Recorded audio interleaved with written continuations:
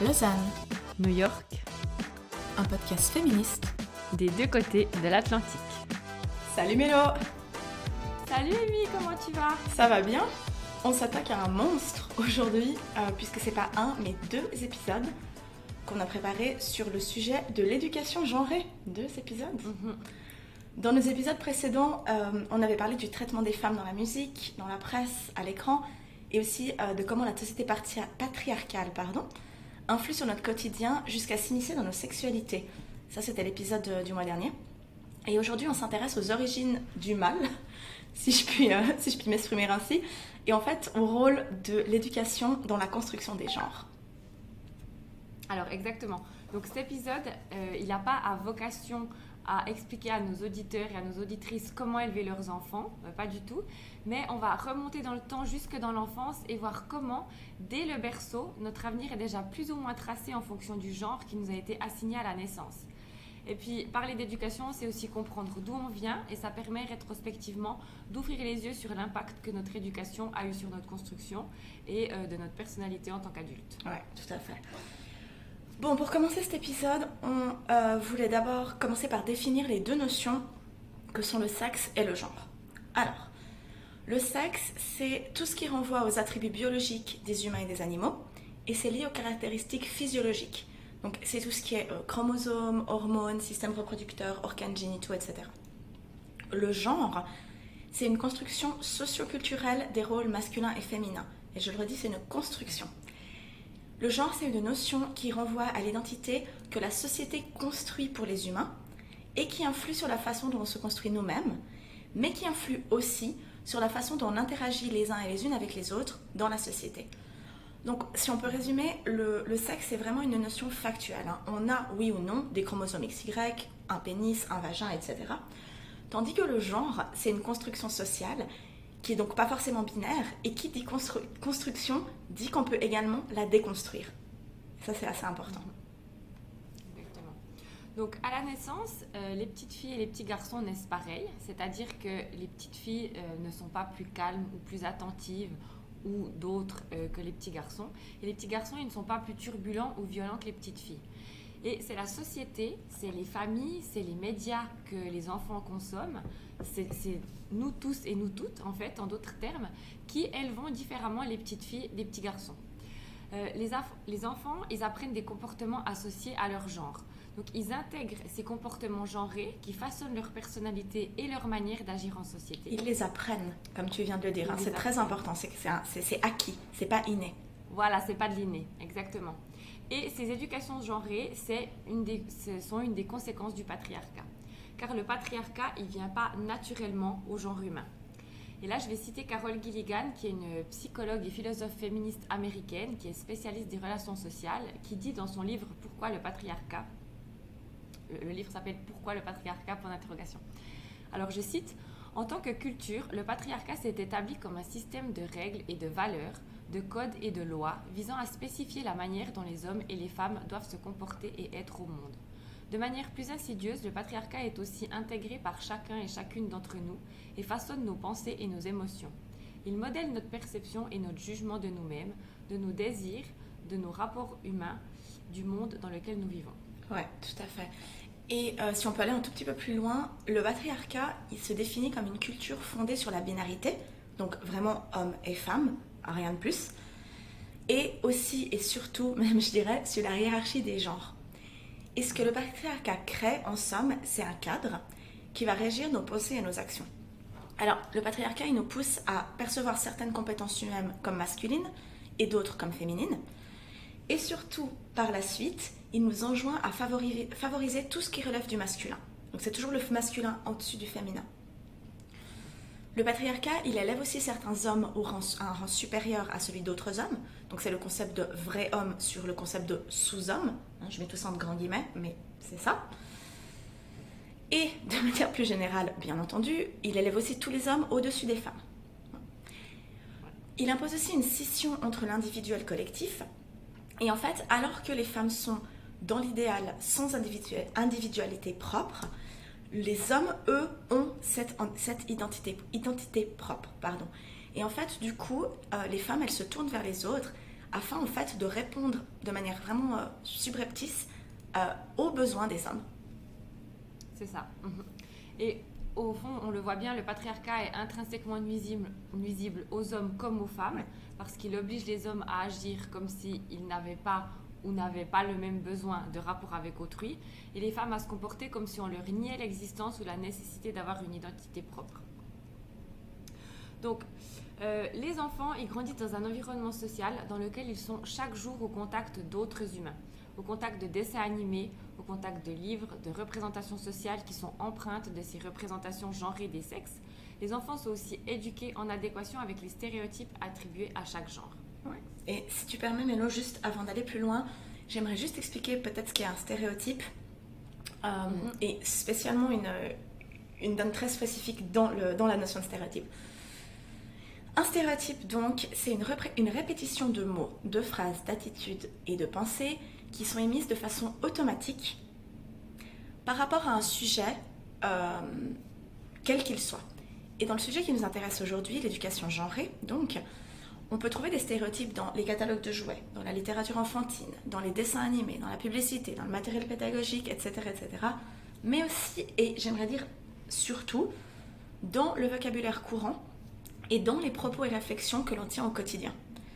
Et il est vraiment très important, à mon sens, de retenir la partie qui dit « de façon automatique ». Parce que je trouve que ça donne une clé ou un point de départ de la déconstruction. Parce qu'en fait, la plupart du temps, on ne véhicule pas les stéréotypes de manière volontaire, voire même pas de manière consciente, en fait. Et le problème, donc, c'est que ces remarques, elles sont sous-jacentes à nos déclarations anodines, donc sans qu'on en ait une perception consciente. Et en fait, elles vont se compléter, elles vont se répondre les unes aux autres, elles vont très très rarement se contredire aussi, ce qui est aussi assez important. Et en fait, toutes ces petites remarques, toutes ces petites... toutes ces choses qu'on transmet comme ça va servir de base. Et en fait, ça va fournir tout ce matériel à l'enfant dont il aura besoin pour appréhender le monde, pour construire sa représentation de qui il est, de qui sont les autres, de quel est son cadre de vie et de comment interagir avec les autres également. Et en fait, toutes ces informations, elles vont nourrir son imaginaire et orienter la construction de son identité sexuée. Serge Chaumier, qui est un sociologue, il parle par rapport à toutes ces petites remarques, tous ces petits mots, etc., de valeurs récurrentes. Et il dit, ces valeurs qui répètent toujours la même chose vont faire que les petits garçons vont se sentir à l'aise dans certains espaces et les petites filles à l'aise dans d'autres ou déplacées dans d'autres espaces en pensant que ce n'est pas le leur, que ce n'est pas leur place. Exactement, donc on le voit, hein, les adultes, ils influent énormément sur le développement des enfants et sur leur comportement. Et en étant chaque jour confrontés aux stéréotypes de genre véhiculés par toute la société, les enfants les intègrent et ils finissent par s'y conformer. Une étude, elle a montré que même les bébés sont déjà victimes de stéréotypes de genre. Elle a été réalisée par 2 chercheurs de l'Institut des neurosciences Paris-Saclay et elle démontre qu'on réagit différemment aux pleurs des bébés. Donc à 3 mois, à l'âge auquel les pleurs des bébés filles ou garçons sont exactement similaires, les parents qualifient déjà les pleurs d'une petite fille comme étant plus aigus que ceux d'un petit garçon. Alors que vraiment, ce n'est pas le cas, hein. Ça a été analysé au niveau de la fréquence et tout, c'est exactement les mêmes. Et de plus, les participants et les participantes, ils ont écouté des pleurs étiquetés comme filles d'un côté et garçons de l'autre. Et quand on les a interrogés après sur leur perception, tous les participants ont noté que les pleurs les plus aigus sont ceux qui expriment le plus de besoins de la part du bébé. Donc plus les pleurs sont aigus, plus ils pensent que le bébé a le plus de besoins et plus aussi ils pensent que c'est une fille. Et les hommes ont aussi considéré que les pleurs présentés comme ceux de garçons expriment plus d'inconfort que les mêmes pleurs présentés comme ceux des filles, comme si les garçons pleuraient pour une bonne raison et pas les filles. Donc pour les chercheurs, ces stéréotypes qui ont la vie dure pourraient s'avérer désavantageux pour les bébés. Ils disent « Nous projetons sur les enfants des idées issues du monde des adultes. Il est donc possible que nous passions parfois à côté du besoin réel des bébés. » Oui, tout à fait. C'est absolument passionnant. J'ai adoré préparer ce double épisode. Hein. J'étais vraiment... J'ai appris tant de trucs, c'était fabuleux. Mais je trouve que c'est vraiment en fait, passionnant de se rendre compte à quel point ces stéréotypes ils sont ancrés en nous en fait. Ça fait quelques semaines qu'on planche sur cet épisode et moi ça fait du coup quelques semaines que j'ai commencé en fait à prêter un peu attention au quotidien, à ce que je dis et à ce que je pense au fait au sujet des autres personnes. Et en fait, je me rends compte que je suis mais pleine de ces stéréotypes. C'est vraiment impressionnant. Faites l'essai à la maison. Alors, dans la bienveillance, hein, on veut pas, faut pas s'auto-flageller, etc. Mais faites l'essai, prêtez attention à cette petite voix intérieure ou à ces remarques que vous vous faites entre amis, entre membres de la famille, etc. Et analysez-les. Vous allez voir, c'est vraiment, même si on a l'impression qu'on a fait un bon chemin de déconstruction, etc., on est quand même vraiment, vraiment plein de ces stéréotypes. Et en fait, le problème, c'est qu'on en revient toujours là, c'est qu'en fait, sans le vouloir, on continue à les transmettre. Et en fait, ça crée dès le plus jeune âge des injonctions sur le caractère et sur le comportement des enfants. Exactement. Et puis, du coup, en élevant différemment les petits garçons des petites filles, on crée un monde binaire où toute une panoplie de comportements sont assignés aux filles et toute une autre partie sont assignés aux garçons. Et la liste des différences, après, elle est sans fin. Mais voilà, par exemple, là, on a essayé de dresser les principales assignations de chaque genre. C'est pas exhaustif, hein, mais... Largement pas. Il y a les garçons... non, les garçons doivent être forts, dynamiques. Ils n'ont pas le droit de pleurer. Ils ne peuvent pas exprimer souvent d'autres émotions que la colère. Ils sont censés jouer à des jeux de garçons. Voiture, super-héros, la bagarre. Ils sont turbulents, ils sont bruyants, ils sont agités. Les garçons sont encouragés aussi à affirmer leur individualité, à prendre de la place, à se construire comme des personnes indépendantes qui n'ont besoin de personne. Oui, tout à fait. Et puis en parallèle, les filles, elles doivent être sages, calmes, gentilles, sensibles, fragiles, ne pas faire trop de bruit. Hein. On voit que tout ça, c'est vraiment prendre le moins de place possible, hein, finalement. Et puis voilà, elles doivent jouer des jeux, elles doivent jouer à la poupée, aux travaux ménagers, elles doivent créer. En fait, elles sont vraiment encouragées à être tournées vers autrui à l'excès ou tournées vers l'intérieur. Et en fait, tout ça, c'est vraiment au détriment de leur bien-être, au sacrifice de leur temps aussi. Quand on passe du temps à s'occuper des autres, on ne s'occupe pas de soi-même. Au sacrifice de leur énergie, de leurs envies, de leurs ambitions, etc. Tout ça, encore une fois, pour assurer le bien-être des autres ou alors se faire jolie. Exactement, donc on connaît tous et toutes ces petites phrases qu'on a entendues dans notre enfance. Donc les garçons, ça ne pleure pas, les garçons aiment se battre, les garçons jouent au foot, les garçons sont dissipés, les garçons sont plus forts en maths et les filles en français. C'est pas joli une fille qui se bat, les filles piaillent, les filles sont mignonnes, les filles sont plus sages en classe, les filles sont plus soigneuses. Ou les filles écrivent mieux, ça me vient en même temps là que... Tu avais vu l'état de mes cahiers à l'école. Tu sais, il y avait toujours... Non, ils essayaient de donner des gommettes, tu sais, en petite école, si t'écrivais bien. Non, mais moi, j'avais jamais de gommettes, mais c'était une poubelle, mes cahiers. Moi, je savais pas écrire, j'écrivais n'importe comment, je faisais des traces. Encore maintenant, hein, j'ai passé 30 ans, j'ai toujours de l'encre, tu sais, sur les bras. Ah oui, mais tout le temps, tu sais, après tu tires, ça tire sur les feuilles. Non, mais c'est ridicule. Ouais. Mais tu vois, d'ailleurs, je pense que quand t'es à l'école, je pense que c'est plus toléré si t'es un garçon de mal écrire oui. que si t'es une fille. Ah non, mais totalement. Je pense vraiment qu'on va plus te reprocher, alors qu'un garçon, on va dire, oh, de toute façon, c'est un mec qui savent pas, ils écrivent mal. Ouais, puis c'est un petit cochon, c'est pas très grave. grave. Soigneuse. Non, mais oui. Ouais. Ah, c'est... Ouais, non, c'est... Ça m'agace. Ouais. Et donc du coup, comme on l'a dit avant, d'élever ainsi les enfants, les petits garçons, ils intègrent petit à petit qu'ils ont le droit d'exprimer qu'une seule émotion, qui est la colère, alors que pendant ce temps, les petites filles, elles développent davantage de compétences émotionnelles et d'émotions diverses. Mais à elles, par contre, la colère leur est interdite. Et est-ce qu'il y a besoin de préciser qu'il est fondamental de pouvoir exprimer ses émotions et ses besoins pour aller bien. Et là, je vais lire un petit bout c'est Bell Hooks qui illustre très bien ceci dans son article Understanding Patriarchy, donc comprendre le patriarcat. Et du coup, c'est toujours dans ce livre, donc elle est citée, c'est Carol Killigan qui la cite. Donc, elle dit ça. On a appris à mon frère qu'un garçon ne devait pas exprimer des sentiments. On m'a appris que les filles pouvaient et devaient exprimer des sentiments, ou du moins un certain nombre d'entre eux. Quand j'ai réagi avec colère en me voyant refuser un jouet, ma famille patriarcale m'a appris que la rage n'était pas un sentiment approprié pour les femmes, qu'on ne devait pas seulement occulter son expression, mais qu'il fallait encore l'éradiquer. Quand mon frère a réagi avec colère en se voyant refuser un jouet, on lui a enseigné, dans un foyer patriarcal, que sa capacité à exprimer sa colère était bonne, mais qu'il devait apprendre à reconnaître les contextes appropriés pour libérer son hostilité. Qu'il n'était pas bon pour lui qu'il utilise sa rage pour s'opposer aux souhaits de ses parents, mais plus tard, lorsqu'il a grandi, on lui a appris qu'il était permis de recourir à la rage et que la violence provoquée par sa rage l'aiderait à protéger sa maison et sa nation. Oh, de Jésus. Ça rejoint, si tu me permets, hein, Mélo, ça rejoint ce dont on parlait il y a quelques minutes, qui est qu'en fait, on répète ces petites phrases sans même en penser à mal. Je ne pense pas que les parents de cette personne se sont dit allons créer un homme hyper toxique et une femme super effacée. C'est pas le but, c'est pas à ça qu'on pense. Mais en fait, on les répète sans penser à mal. Et que ça soit les amis des parents, les profs, la famille, même les autres enfants, en fait, on permet à ces idées de s'immiscer dans notre cerveau d'enfant, puis ensuite dans notre cerveau d'adulte, hein, bien entendu. Et en fait, on leur donne l'autorisation de devenir la réalité. On les accepte comme si c'était une vérité. Et justement parce qu'elles ont été intégrées et acceptées depuis le plus jeune âge, on va ensuite continuer à les véhiculer à notre tour, sans y penser, sans réflexion.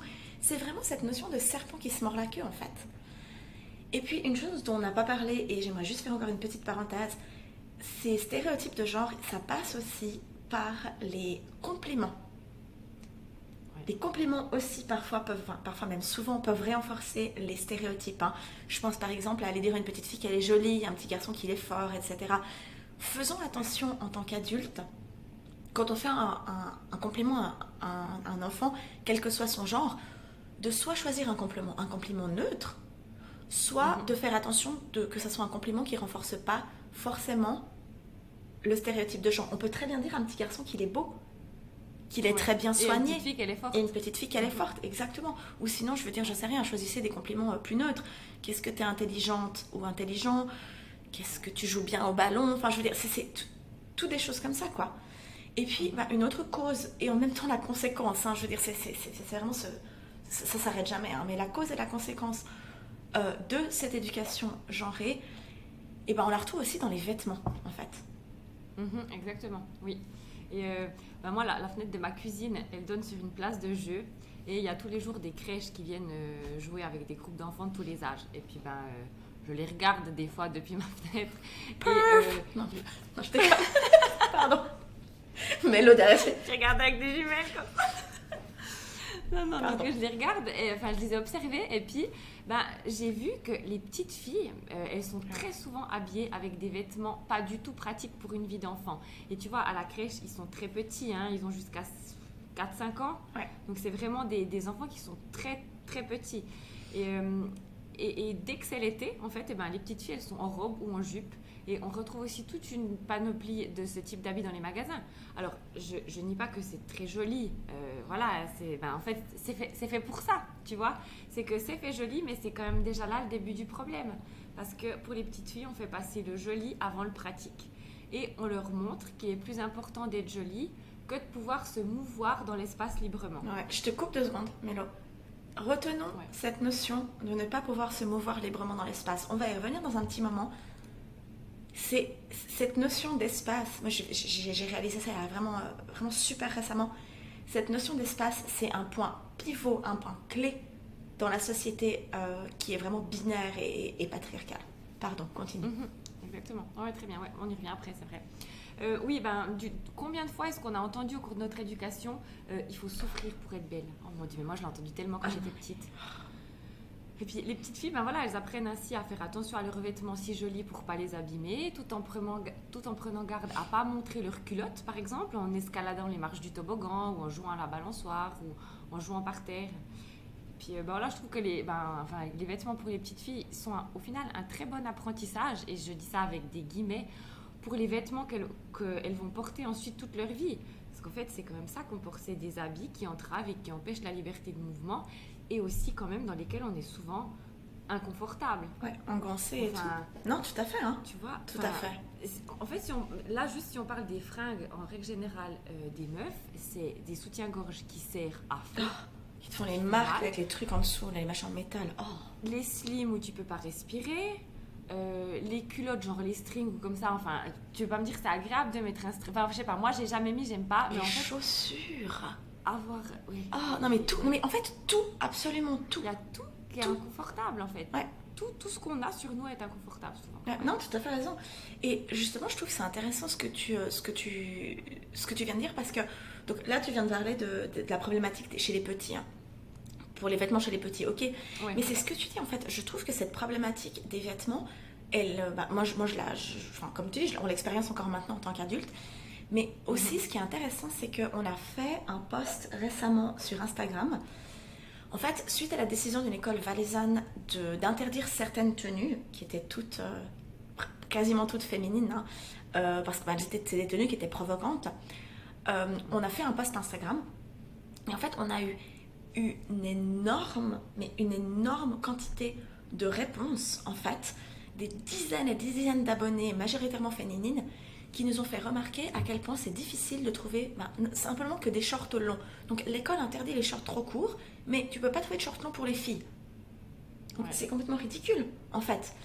Et le deuxième point que tous ces abonnés nous ont fait remarquer, c'est à quel point aussi tous les vêtements, la majorité des vêtements pour les petites filles et les filles, les fillettes, disons, sont sexualisants, en fait. Et en fait, je trouve ça hyper intéressant et vraiment à gerber, mais c'est vraiment cette place du vêtement dans la culture du viol, en fait, tu sais, parce que tu es obligé de t'habiller toi-même et d'habiller tes enfants, tes filles, avec des vêtements qui sont sexualisants, qui sont courts, qui ont des décolletés, etc., etc. Alors qu'en parallèle, la culture du viol, elle dit, oui, mais quels vêtements elle portait aussi si la personne se fait agresser.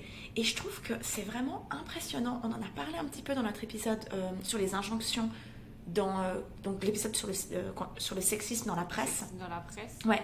Mais c'est vraiment une autre branche du problème, en fait.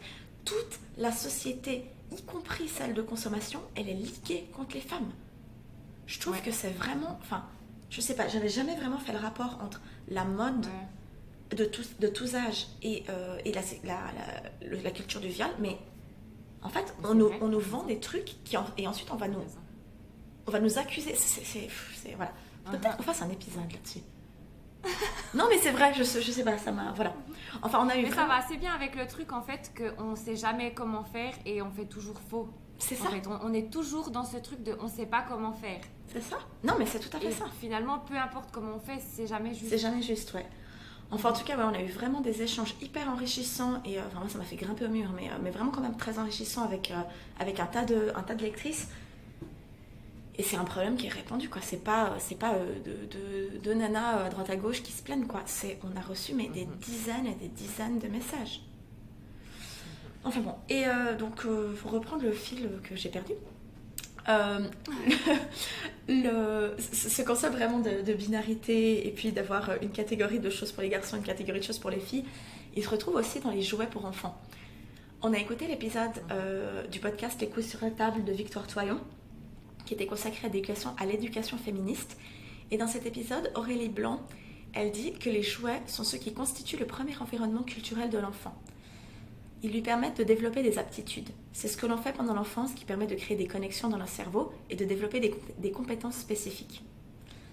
Ainsi, les jouets peuvent être un outil puissant d'éducation au sexisme, car on apprend à l'enfant que ce qu'il a le droit de faire ou pas dans sa vie avec les jouets. Et quand on interdit aux petits garçons de jouer à la poupée, on leur apprend que ce qui est féminin est mal et n'est pas pour eux, et cela a des conséquences sur le reste de leur vie. Oui, et c'est important de garder en tête que de nos jours, c'est encore ultra répandu qu'on ne laisse pas les petits garçons jouer à la poupée. Enfin, moi je connais encore des gens, des pères qui ont nos âges, qui refusent que leurs garçons jouent à la poupée. Et là derrière, c'est toujours l'angoisse que leur fils devienne gay. Et comme si jouer avec un jouet avait le pouvoir de définir l'orientation sexuelle d'un enfant. Au pire, ils vont devenir des bons papas pour l'avenir. Oui, voilà, c'est ça. Non, mais on en parlera dans le deuxième épisode. Je pense qu'on a craqué un peu le code. On a ouvert une petite porte. J'ai commencé à comprendre, on vous expliquera tout ça. On a commencé à comprendre d'où ça vient. Pourquoi les gens ils ont si peur de ce côté efféminé, en fait, finalement. Pardon, continue. Non, mais alors on va regarder quelles compétences et capacités développent les jouets destinés aux filles et aux garçons, en fait. Et toi, tu commences avec les filles. Ouais. Alors, les jouets pour filles, ça me déprime. Honnêtement, ça me déprime. Toute la panoplie pour se faire belle et séduire le prince charmant. Donc ça ramène à cette notion que le corps des filles, et puis ensuite des femmes, doit être soigné afin d'être rendu beau et agréable à l'œil d'autrui, alors que le corps des garçons est fait pour les activités, la force et les résultats. Super. Donc encore une fois, on parle des jouets, pour les gosses. On a tous les jouets qui imitent les ustensiles ménagers, cuisine, balai, planche à repasser, aspirateur, pour faire comme maman. Et avec ça, on nous montre implicitement que c'est des tâches qui incombent aux femmes et aux petites filles. Donc, vraiment, on passe pas l'aspirateur comme papa. Hein. Non, mais... Et de manière générale, tous les jouets qui sont dits pour filles, hein, et bien entendu, je mets ça entre guillemets, mais c'est tous ces jouets qui sont axés sur des activités qu'on fait à l'intérieur, les soins personnels, les soins à autrui, l'habillement, la coiffure, le maquillage, les soins infirmiers, la puériculture, etc. etc. Exactement. Et oui, il y avait un des grands jouets, un des grands jouets des petites filles, c'est le Babyborn, et, qui est toujours à l'actu en 2021 d'ailleurs, puisqu'après on va en parler, mais moi c'était en tête de gondole hein, quand je suis allée à Manor. Je ne l'ai pas vu. Il y avait les Babyborn là. Et toi tu connais? Tu as eu toi un Babyborn? Je crois. Je sais pas si j'en ai eu ou c'est un de ces trucs où j'ai toujours voulu l'avoir. Ça, c'était mon rêve de petite fille et je l'ai pas eu. Mais j'ai l'impression que je l'ai eu. Ok, ouais. Faudrait que je demande à ma grand-mère. Mais je pense que... je me rappelle avoir eu un truc où tu devais le nourrir, etc. Donc je crois. C'est ça, c'est ça exactement. Donc en fait, le Babyborn, c'est un bébé qui pleure, que tu dois nourrir et changer. Et en fait, à l'intérieur, il a un tube. Donc après l'avoir nourri, ça va directement dans sa couche. Donc il faut lui changer sa couche parce que ça descend donc directement. Et puis il faut aussi lui préparer sa nourriture. Donc tu as des petits sachets, avec des sachets en poudre que tu mélanges avec de l'eau. Et puis tu lui donnes, je crois que tu lui donnes le biberon. Puis la cuillère, non? Si tu lui donnes à manger, ouais. Moi je... Et puis en fait avec ce jeu, les petites filles elles apprennent les gestes à faire pour s'occuper d'un enfant parce que tu apprends à changer les couches, tu apprends à donner à manger, puis avec ça elles intériorisent, et là je mets en grands guillemets parce que c'est pas ce qu'on pense, hein, mais leur futur rôle, c'est-à-dire d'être une maman et d'apporter du soin à autrui. Ouais. Et elles apprennent à câliner un enfant, à le changer, à faire attention à ses besoins. Alors c'est un excellent jouet, moi je trouve. Hein. Je trouve que c'est excellent comme idée de devoir s'occuper d'un bébé. Mais filez ça à tout le monde, filez ça aux garçons, filez ça à tout le monde. Exactement. Je veux dire, s'occuper des autres, que ce soit un bébé, un adulte, une personne âgée, s'occuper des autres, faire attention aux autres, c'est pas l'apanage du féminin. Non, exactement. Ouais. Donc Serge Chaumier, comme dont tu as parlé avant, il décrit le fait qu'on propose aux petites filles d'avoir un rôle différent du rôle que tient leur mère dans la réalité. On leur propose l'espace du domestique comme leur mère, mais pas de s'identifier à leur mère dans les domaines publics ou professionnels, alors que la majorité des femmes occidentales, elles travaillent aujourd'hui. Et ça démontre encore combien c'est l'inverse qui se produit pour les petits garçons, puisqu'on leur propose de se projeter bien au-delà du rôle du père. On les invite non seulement à limiter au niveau professionnel, mais aussi d'aller à la conquête des étoiles et de devenir un super guerrier. Et ça nous amène aux jouets pour garçons. Ouais. Donc, les jouets pour garçons, axés autour de la construction, de l'aventure, de la guerre, comme tu viens de le dire. Hein. Donc, vraiment plutôt tournés vers l'extérieur, tournés vers l'espace, hein, qui donne cette notion, en fait, que le monde extérieur appartient aux hommes. Et du coup, voilà juste, petite parenthèse, voilà mon parallèle hein, avec les vêtements dont tu parlais tout à l'heure, Mélo. Dans notre société, tout est fait dès le plus jeune âge pour préparer les garçons au monde extérieur, alors que les filles, elles sont conditionnées à rester à l'intérieur. L'exploration, le monde, la rue, tout ça, ça appartient aux hommes, avec tout ce que ça engendre de comportements agressifs, violents et ou territoriaux. Et en fait, en tant que femme, non mais c'est ça, on devient vraiment persona non grata de la rue, en fait, en guillemets. Et cette notion de possession du monde, pardon non, mais c'est pas notre espace. C'est ça, on n'est pas... Ça nous appartient pas. Ça nous appartient pas, on n'y est pas... ça nous appartient pas et on n'y est pas les bienvenus, en fait. Et vraiment, cette notion de possession du monde et de légitimité dans l'espace public, moi, je pense que ça conduit quand même les hommes à se sentir supérieurs aux femmes et à agir dans ce sens, par exemple en harcelant dans la rue. Alors, le rapport de cause à effet dans sa globalité, bien sûr, ça ne se limite pas à ça, mais je pense que c'est quand même une clé, une base et des petites pièces du puzzle de cette notion d'appartenance, en fait. Je pense que c'est quand même très, très important. Mais bon, bref, fin de la parenthèse, revenons-en aux jouets. Donc toute la gamme automobile, hein, les tracteurs, les voitures, camions, poètes, tout ça, qui implique donc le mouvement, le développement, l'imaginaire, l'aventure, le voyage. Hein. Avec une voiture, on peut partir faire le tour du monde. Hein. Avec un babyborn, on reste à la maison à changer les couches. Non, mais c'est vrai. Pensons-y, qu'est-ce que ça nous donne comme perspective sur l'avenir? Tiens, prends un avion, construis une grande roue, etc., machin. Va à l'extérieur, fais des grandes choses, construis toujours plus grand, toujours plus haut, toujours plus fort, machin. Et en parallèle, tiens, change des couches, reste à la maison, fais pas trop de bruit, le bébé il dort. Non mais c'est... Enfin, je le disais avant, moi j'ai passé, mais je sais pas, ça fait quoi, 3 semaines à moi qu'on bosse sur cet épisode. Moi j'ai passé 3 semaines à moi à faire genre, mais non, mais oh mon Dieu, mais avoir des épiphanies, mais H24 quoi. C'est, enfin, Ouais. c'est un truc de fou. Et c'est des choses, c'est encore le problème, c'est que c'est des choses qui paraissent anodines, les jouets. Ouais, vraiment. Ça paraît ultra anodin, et en fait ça l'est pas du tout. Ça l'est pas du tout.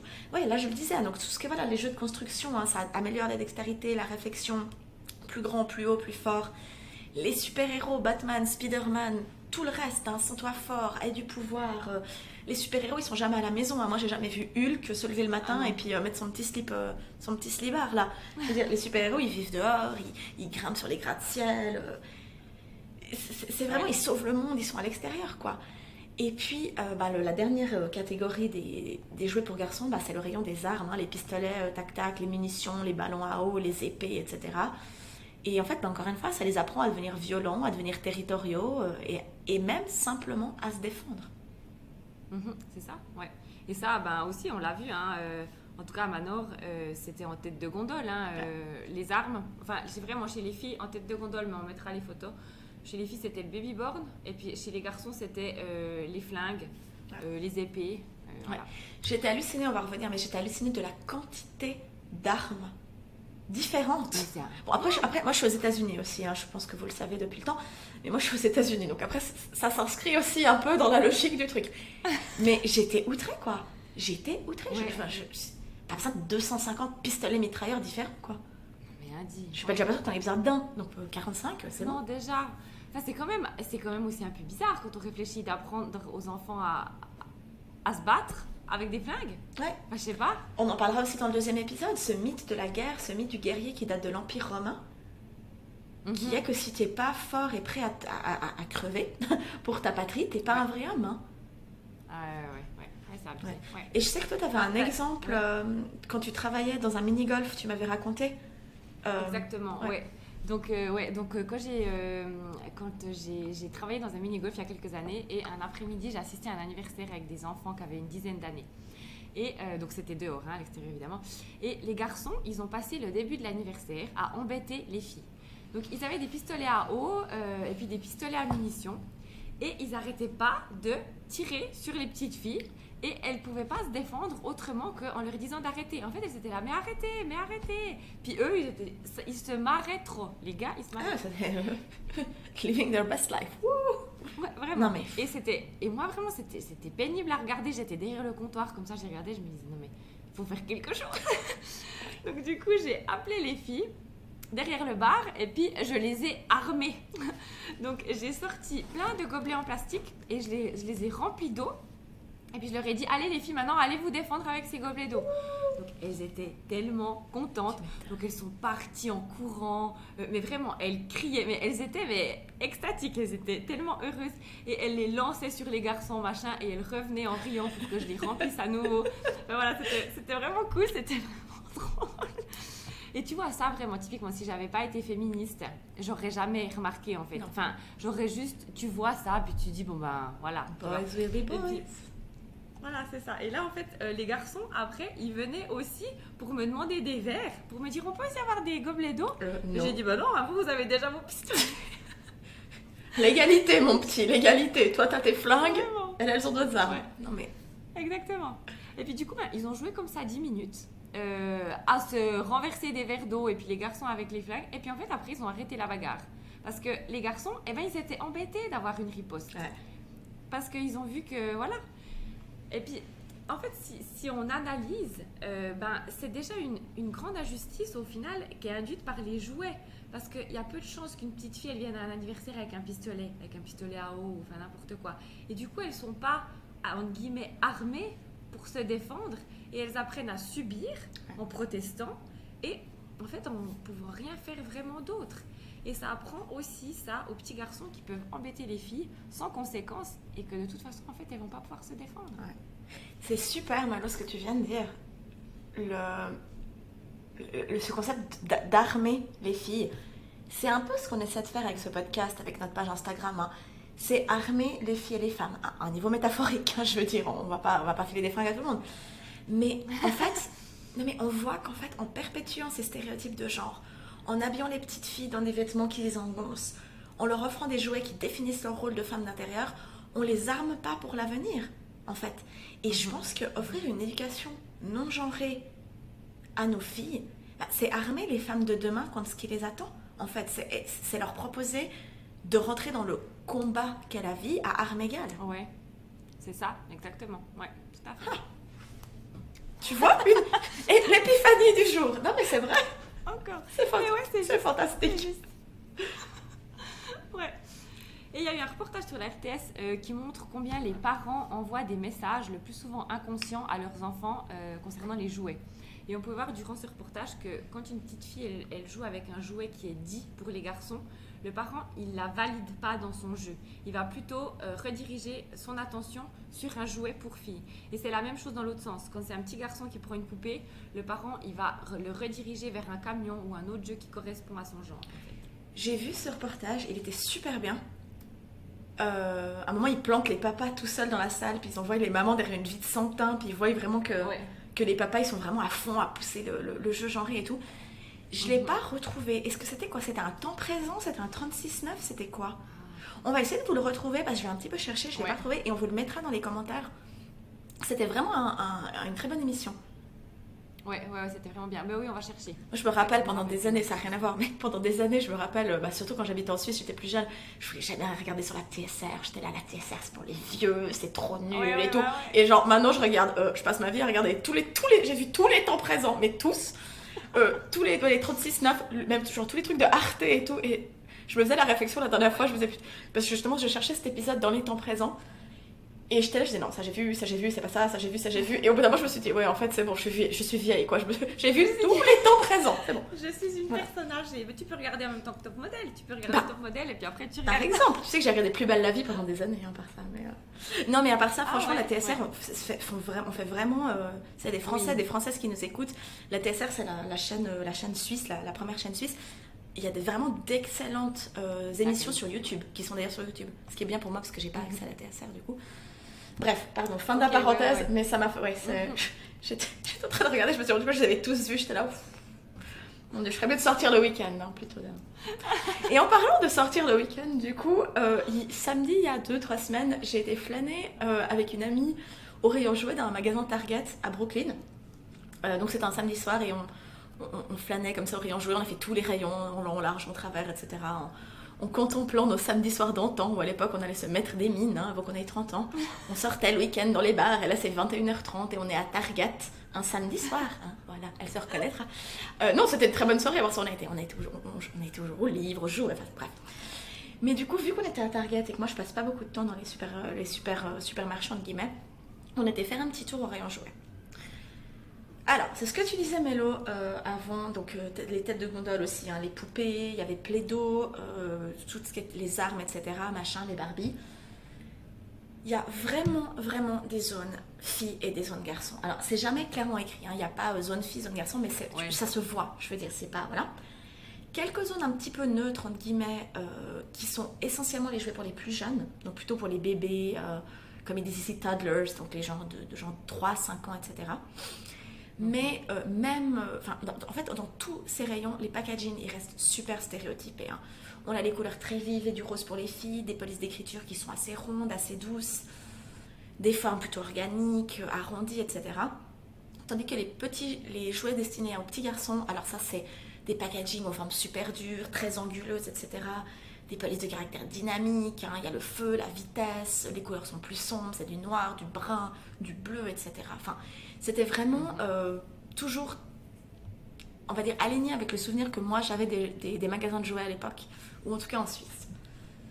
Côté positif, par contre, la marque Barbie, alors ça, avec ma pote, on a failli acheter toutes les Barbie tellement on était hystériques. Donc la marque Barbie, ils ont fait un virage à 180.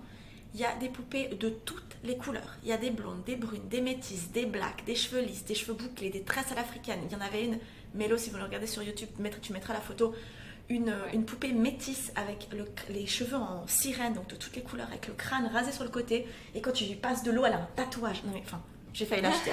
J'étais tellement, j'en pouvais plus. Mais vraiment super, vraiment dans l'intégration des couleurs de peau. Il y avait des Barbies un petit peu rondes aussi, il y avait des Ken de toutes les couleurs. Donc vraiment, vraiment super inclusif. Donc ça, c'était top. Et puis encore vraiment kudos à Barbie. Toute une collection qui s'appelle You Can Be Anything. Donc tu peux être ce que tu veux. Avec les poupées dans tous les métiers possibles et imaginables. Il y avait la dentiste, la vétérinaire, la pompière, on peut dire pompière? Pompière, la pompière, on va dire la pompière. On va dire pompière. La pompière, l'ambulancière, la travailleuse à l'agence spatiale, enfin c'était vraiment, franchement fabuleux quoi. Vraiment, vraiment, bravo à Barbie. Alors, ça reste du marketing, hein. On n'est pas en train de dire que Barbie, ils vont révolutionner le monde. Mais c'est génial pour une petite fille de couleur qui aura du coup deux couches, on va dire, de problèmes. Vraiment deux couches, enfin voilà, la couleur de peau et le genre. C'est vraiment super de pouvoir voir toute cette représentation. Et puis, une autre marque, alors, un seul objet, mais une autre marque qui avait une petite panoplie de nettoyage pour enfants, dans des couleurs très très neutres, hein, c'était du vert, du jaune, du marron, et sur le dessin, le petit thumbnail, il y avait un petit garçon et une petite fille. Donc ça, c'était vraiment pas mal. Par contre, alors, aucun petit garçon sur les dessins de poupées, les poupons, etc. Et aucune petite fille dans les jouets de garçons. Hein. Même la pâte à modeler Play-Doh, là, que des garçons. Que des garçons. Ouais. Donc, bilan en demi-teinte, on va dire, mais il y a déjà du mieux. Je sais que si je dois acheter des poupées Barbie pour des cadeaux, clairement, j'irai acheter celle qui a le tatouage sur le côté parce que je l'aime trop. Voilà. Mais... non, mais il y a du potentiel. Il y a du potentiel. Voilà, c'est ça, Ouais, bah, moi, de mon côté, je suis allée au rayon jouets de Manor, à Lausanne. Puis j'ai pu observer plusieurs choses similaires à toi, Amy, mais aussi qui sont aussi d'autres très différentes. Alors, pareil, zone fille, zone garçon, rose ou bleu. Comme toi, une zone neutre pour les bébés. Voilà, pour les bébés. Et ça a l'air d'être la seule zone non genrée du rayon. C'était noté fille-garçon, pardon, c'était noté. Non, c'était pas noté. C'était pas noté, ok, ouais. Non. Donc c'est juste très, très. Enfin, c'est genre, on enlève le truc problématique. Il n'y a pas besoin de le dire. C'est ça, c'est ça. C'est tellement évident c'est ça, bien que sûr. tu sais où aller. Enfin, ah oui, non, tout à fait. C'est rose et bleu, quoi. Ah, oui, tout à fait. Enfin, ouais. Donc, en tête de gondole chez les filles, comme je l'ai dit avant, il y a les Bibi Born. Et puis un stand avec des figurines de la Reine des Neiges. Let it go, let it go. Pardon. J'avais dit que j'arrêtais de chanter pendant ces épisodes, putain, pardon. Donc la plupart des jouets, c'est des poupées et tout l'attirail pour apprendre à prendre soin d'un enfant. Voilà. Des biberons, des sacs à langer, des baignoires, des poussettes, des sèche-cheveux, des cuisinières, un baby relax. Et moi, j'ai vu qu'une seule poupée noire seulement. Et comme chez toi, Émile packaging rond, doux, rose, enfin voilà. Cute. Côté Barbie, c'est pas du tout autant cool que chez toi. Parce que ici le seul métier proposé, enfin en tout cas dans ce rayon-là, enfin chez Manor, il n'y avait que vétérinaire. Il y a un seul modèle de Barbie avec plus de formes et une seule Barbie noire. Une seule. Sinon, ouais, une. Ouais. Et puis sinon, il y a des Barbie stars. Enfin, je sais pas, moi c'est comme ça que je les ai appelées. Enfin, je crois que je sais même plus si c'est écrit star dessus, mais elles ont des looks hyper originaux et aussi vachement plus cool. Mais elles ont des grandes vestes en fourrure à plumes. Puis elles ont des micros. Enfin voilà, je pense que c'est la plus Barbie superstar. Ouais, je crois que j'en ai vu passer une ou deux comme ça avec le micro et tout. Ouais, voilà. Donc moi j'ai trouvé que c'était les plus cool. Et puis il y a une plus grande diversité chez les Ken, par contre, que ceux quand j'étais petite, il me semble. Il y a un Ken sirène, par exemple, et puis un Ken racisé, il est typé asiatique, et puis un Ken un peu fashion, habillé, très fashion. Parce que quand on était petite, Ken il était brun, il y avait un autre débilos là, blond, mais c'est tout, hein. Parce que le blond c'était même pas Ken, il avait un autre nom. Ah, c'est vrai? Je crois. C'était genre son cousin, je sais pas, c'est vrai? Je suis pas sûre, je sais pas sûre, on fera des recherches, je crois que oui. D'accord. Bref, possible. Je disgresse. On regardera. Ouais. Il y a aussi tout un rayon créatif avec des activités pour enfiler des perles, faire des bracelets et des collages. Et c'est dans le rayon des filles et c'est très coloré, c'est rose. Hein. Puis alors chez les garçons, en tête de gondole, donc comme on l'a dit avant, donc des pistolets de toutes les couleurs avec des munitions. Puis déjà rien que les noms. Elite, Dino Attack, Disruptor, X-Shot. Non mais putain. Sinon, il y a des épées, des ballons d'eau à jeter. Non, mais franchement, je suis blasée. Non, mais t'es devant ce truc, puis t'es là. Ouais. Mais... horrible. Et puis, comme chez toi, mais pareil, c'est flagrant. Comme le packaging et les couleurs, elles sont plus agressives dans le rayon garçon. Et puis, il y a des voitures, des tracteurs, des camions, les super-héros, les Avengers, Spider-Man, Batman et tout. Et puis, la même chose. Enfin, ici, il n'y a pas de filles sur les jouets pour garçons et il n'y a pas de garçons sur les jouets pour filles. Oh, well. J'ai rien vu. Je n'ai rien vu. Donc, quand même, un bilan que c'est quand même un peu moins bien ici. Ouais, après, alors, je suis pas non plus forcément étonnée. Je pense que c'est peut-être pas la même taille de magasin non plus, mais c'est vrai qu'il me semble qu'en Suisse, on est quand même un peu, ouais, on a 10 ans de retard. Ce serait intéressant s'il y a des Français et des Françaises qui nous écoutent. Venez nous dire en commentaire comment c'est en France dans les magasins de jouets. Parce qu'il me semble que la France, ils sont quand même un poil plus avancés qu'en Suisse. Ouais, peut-être. Ouais. Enfin bon, après ce petit tour dans l'enfer des jouets genrés, non, si vous avez encore un doute, on peut vous diriger vers cette image que Mélo va mettre lors du montage de l'épisode si vous nous regardez sur YouTube. C'est un petit diagramme en fait qui peut nous aider à savoir si un jouet est fait pour filles ou plutôt pour garçons. Donc c'est un petit diagramme avec des flèches. La première question c'est a-t-on besoin de ces organes sexuels pour jouer avec ce jouet? Donc si la réponse est non, probablement que le jouet peut être utilisé par les filles et les garçons. Et si la réponse est oui, donc si on a besoin de ces organes sexuels pour jouer avec ce jouet, c'est probablement pas un jouet pour les gosses. Voilà, donc vous pouvez l'acheter et nous l'envoyer, vous mettrez notre adresse dans les commentaires. Mais voilà, je veux dire, encore une fois, il n'y a pas de jouet pour enfants pour lequel on ait besoin de ces organes sexuels. C'est ridicule. Du coup, on en revient à ce qu'on expliquait au tout début de l'épisode. Du coup, c'est pas un problème de sexe, c'est un problème de genre. Le genre est fluide. Donc, voilà. Bon, bref. Et donc, sans transition... Non, mais voilà, on va pas y passer non plus 52 heures, mais... le genre est fluide. Mais voilà, on a fait quand même un bon panorama de ce que font les jouets en fait dans l'éducation et que c'est hyper important de faire attention aussi à ce qu'on donne comme jouet à ses enfants. Oui, non, tout à fait. Tout à fait. Et alors le problème de représentation, il est aussi dans les médias. Alors ça, c'est quelque chose dont nous, on avait aussi parlé dans l'épisode sur les médias, mais c'est aussi hyper présent dans les médias destinés aux enfants. Et ça, c'est ce dont tu vas nous parler maintenant, Mélo. Exactement, oui, parce que le problème, il se retrouve aussi dans les livres. Il y a plusieurs problèmes dans les livres, c'est que les héroïnes filles sont beaucoup moins présentes. Les filles lisent des livres de garçons, mais pas l'inverse. Et ça, c'est pareil à l'âge adulte. Ouais. Les personnages masculins offrent une présence et une visibilité plus importante que les personnages féminins. Ils sont plus nombreux que ceux de sexe féminin, que ce soit dans les titres des ouvrages, 78% vs 25%. Contre 25%, dans les couvertures, 78% contre 48%, ou dans les illustrations. Ils occupent les rôles principaux, alors que les personnages féminins occupent davantage les rôles secondaires. À titre d'exemple, 83% des pères occupent le rôle du héros, contre 17% des mères. Ça, c'est une étude qu'on a vue sur le site keren.info. Ouais. Et puis si on prend alors dans les contes de Disney, que moi j'adore personnellement, mais on voit qu'il y a quand même très très peu de super-héroïnes, spécialement dans les anciens. Les filles, elles sont souvent des objets et non des sujets. Le plus souvent, elles doivent être sauvées par le prince charmant, la Belle au bois dormant, Blanche-Neige, Cendrillon, ou alors elles sont sous la coupe d'un homme, de leur père ou d'un homme, d'un autre homme, la Belle et la Bête, la Petite Sirène, Aladdin, etc. On a cette notion de beauté féminine qui est super récurrente et qui est présentée comme une partie importante, voire indispensable de l'identité de l'héroïne. On est toujours, elle était jeune, elle était belle, etc., etc. Et puis on voit que leurs activités, elles sont le plus souvent passives. Elles sont beaucoup présentées en petites personnes fragiles qui attendent d'être délivrées par un prince avec qui elles vont se marier et avoir des enfants. Qui est un peu un life goal que de toutes les femmes, comme tout le monde le sait. On parle spécialement des anciens Disney. Les nouveaux sont un petit peu mieux, mais ils sont quand même pas exempts de stéréotypes. Ouais, bien sûr, avec lesquels on a grandi, là, que tu viens de citer, mais je me dis, mais comment on en est arrivé à être où on en est aujourd'hui avec ce qu'on a vu? Franchement, ceux de notre enfance, ils étaient vraiment... Ah oui, c'était carabiné. Ah, clairement. C'est chaud, Non, clairement. Ouais. Clairement.